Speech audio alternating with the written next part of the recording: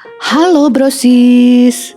Di video kali ini kita akan membahas film yang berjudul Ajin Demi Human, menceritakan tentang kehidupan seseorang bernama Keina, Guy yang merupakan seorang Ajin. Ajin adalah seorang yang memiliki kekuatan supranatural, di mana Ajin tidak akan pernah mati meski dibunuh berkali-kali. Nah, penasaran kan dengan alur ceritanya? Tanpa berlama-lama lagi, yuk langsung aja kita ke alur ceritanya.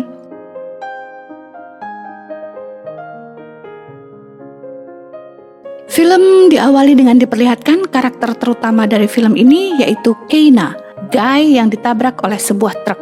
Karena dirinya adalah seorang Ajin, tentu saja hal itu sama sekali tidak membunuhnya. Namun karena kejadian itu, identitasnya sebagai Ajin akhirnya terbongkar. Ia berakhir menjadi objek penelitian pemerintah yang ingin mengkaji lebih dalam tentang Ajin. Dalam proses itu, ia berkali-kali dibunuh dengan berbagai cara yang sangat kejam. Keina Guy sebenarnya bukanlah Ajin pertama yang diteliti oleh pemerintah, melainkan ia adalah orang ketiga yang pernah dinyatakan sebagai Ajin. Setelah semua penyiksaan itu, pada suatu hari datanglah dua orang bernama Sato dan Tanaka, di mana kedua orang ini merupakan seorang Ajin yang datang untuk menyelamatkan Nagai yang mengetahui kedatangan kedua orang ini. Pesaki yang merupakan pemimpin dari penelitian itu akhirnya mulai memperketat penjagaan. Sato pun mulai menghabisi satu persatu penjagaan di lab penelitian tersebut. Ia terlihat sangat mahir menggunakan pistol miliknya, sehingga siapapun yang menghadangnya bukanlah tandingan untuknya. Ia seperti tidak peduli dengan begitu banyaknya orang yang telah ia bunuh. Sampai akhirnya Sato pun berhasil menyelamatkan Nagai, yang di sini Sato pun meminta Nagai yang untuk menggunakan pistolnya dan menembak orang-orang di sana. Namun tak diduga Nagai justru menentang hal yang dilakukan oleh Sato, di mana ia telah membunuh begitu banyak orang.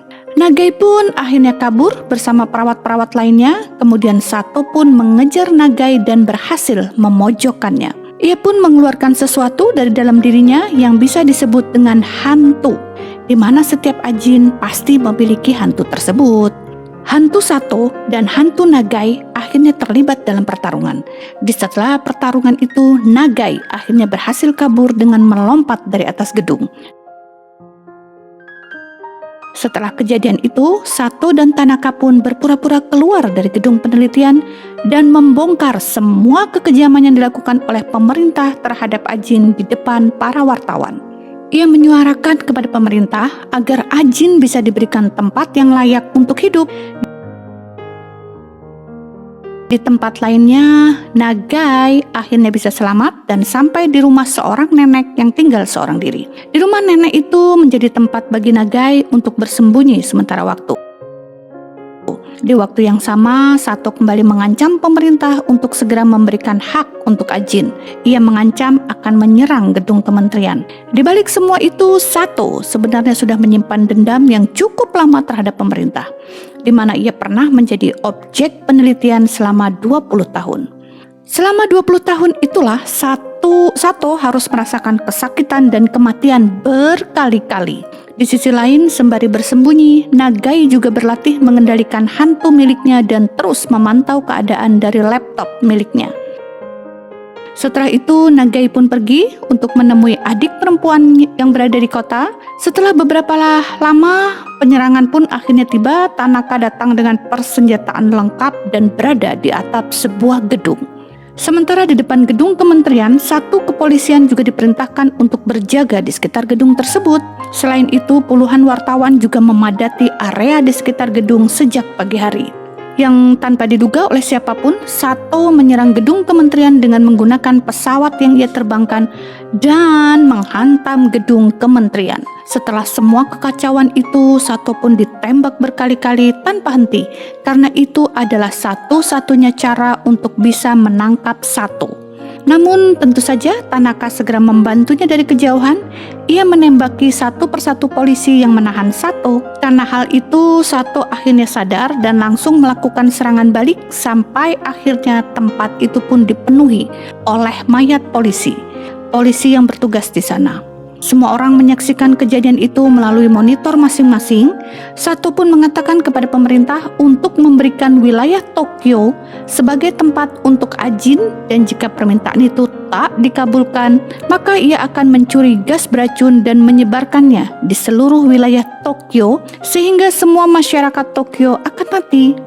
Hal itu pun lantas membuat seluruh masyarakat akhirnya panik dan ketakutan. Setelah kejadian itu, Nagai pun pergi menemui Tosaki secara diam-diam. Ia pun menawarkan kerjasama kepada Tosaki untuk menghentikan Sato. Tentu saja hal itu merupakan tawaran yang menarik bagi Tosaki. Di sini Nagai meminta Tosaki untuk memenuhi 2 syarat yang ia berikan untuk kerjasama mereka, di mana ia ingin adiknya ditempatkan di tempat yang aman, serta ia ingin status sosial yang baru. Dan jika kerjasama itu dikhianati oleh Tosaki, Nagai tak segan-segan untuk mencelakakan tunangan Tosaki. Keesokan harinya, Nagai, Tosaki, dan lainnya pun menyiapkan jebakan untuk Sato dan Ajin lainnya. Sampai hari penyerangan pun akhirnya tiba. Tanaka dan Ajin lainnya datang ke sebuah gedung pemerintah dan langsung mengacaukan keadaan. Mereka segera membunuh siapapun yang menghalangi mereka, namun Sato tidak terlihat bersama mereka. Sampailah Tanaka dan yang lainnya di sebuah ruangan. Ruangan itu merupakan ruangan jebakan yang sudah disiapkan oleh Nagai dan Tosako dengan hantu itu.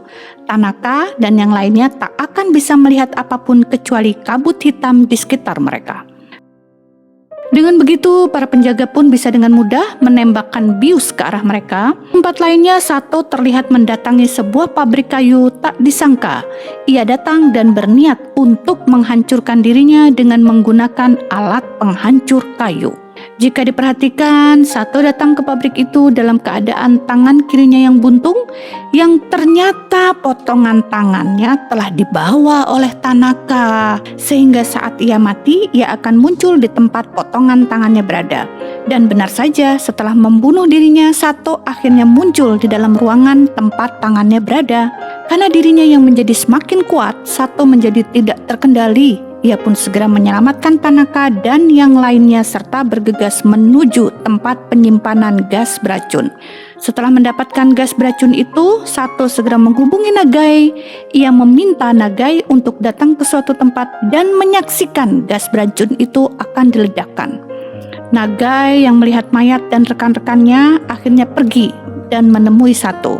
Sesampainya di sana, Nagai dan Sato pun langsung terlibat pertarungan yang cukup sengit. Begitupun juga dengan kedua hantu yang mereka miliki. Di waktu yang sama, Tosaki juga diserang oleh Tanaka. Beruntung ia akhirnya diselamatkan oleh Izumi yang juga ternyata adalah seorang Ajin. Sehingga pertarungan pun terjadi di antara mereka. Setelah pertarungan yang cukup sengit, Tanaka pun akhirnya mampu dikalahkan dengan menggunakan bius yang ditancapkan oleh Tosaki. Kembali kepada Nagai, ternyata berhasil merebut gas beracun dari tangan Sato dan segera meletakkannya di tempat yang cukup aman. Namun pertarungan di antara mereka masih terus berlanjut karena keduanya yang tidak bisa mati, karena maka pertarungan ini pun menjadi cukup panjang. Di saat pertarungan itu, tangan kanannya Nagai pun akhirnya terpotong. Namun hantu milik Nagai akhirnya berhasil menancapkan bius di dalam tubuh Sato. Namun hal itu hanya sia-sia, di mana Sato ternyata masih mampu bangkit kembali. Nagai pun seperti sudah putus asa dengan semuanya, namun secara tak terduga pasukan khusus anti-Ajin akhirnya datang dan mengepung mereka. Pasukan itu langsung menembak Sato, serta membekukan Nagai dan juga Sato. Setelah beku, mereka berdua pun ditembaki hingga hancur. Berkeping-keping, dengan begitu mereka tidak akan mampu bangkit lagi dari pembicaraan Izumi dan Tosaki. Pasukan anti-Ajin diturunkan atas perintah dari pemerintah dengan syarat baik Sato maupun Nagai akan dimusnahkan. Dengan kata lain, Tosaki telah mengingkari janjinya terhadap Nagai. Tak disangka potongan tangan dari Nagai yang masih tersisa akhirnya mampu menyelamatkannya. Ia pun akhirnya bisa hidup kembali dengan beregenerasi. Setelah hidup kembali, ia pun langsung kabur dari tempat itu dengan menjatuhkan dirinya dari gedung tersebut. Dari film ini kita bisa mendapat pelajaran bahwa bisa kebal dan hidup selamanya ternyata tidaklah menyenangkan. Yang terjadi pada Ajin justru adalah hal yang sangat mengerikan. Mereka semua malah dijadikan kelinci percobaan oleh pemerintah untuk bahan penelitian. Bahkan Sato pun telah dijadikan kelinci percobaan selama 20 tahun. Oleh karena itulah Sato geram dan ingin membalaskan apa yang sudah pemerintah lakukan kepada dirinya. Semoga review video kali ini bisa mengurangi kepenatan brosis. Next time kita ketemu lagi di alur cerita film yang lain. Mohon maaf jika ada salah kata, karena dengan kata mungkin bisa saja melukai hati dan pikiran kita. Berikan tanggapan kalian di kolom komentar jika video ini kurang menarik atau mungkin berupa saran yang dapat memajukan channel ini. Thanks, see you, and bye.